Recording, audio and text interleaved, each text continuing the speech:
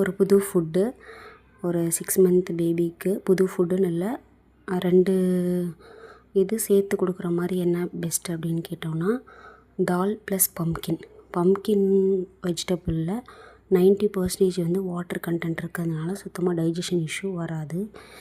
6 month பேபிக்கு food கொடுக்கும்போது mostly நம்ம கான்சன்ட்ரேட் பண்ண வேண்டிய ஒரு விஷயம் வந்து டைஜஷன் தான்.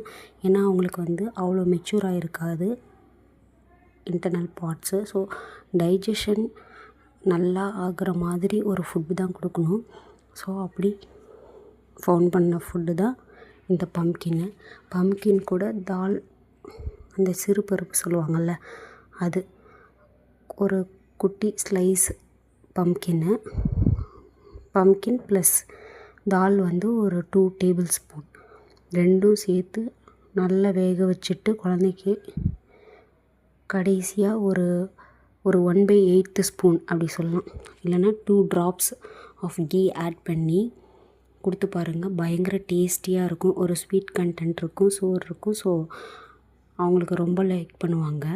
அது மட்டும் இல்லாமல் இதில் வெரி நியூட்ரிஷன் பெனிஃபிட் ஃபுட்டு. நம்ம குழந்தைக்கு ஒரு நல்ல ஃபுட்டு கொடுத்தோம் அப்படின்ற ஒரு ஹாப்பினஸும் இருக்கும். ட்ரை பண்ணுங்கள்.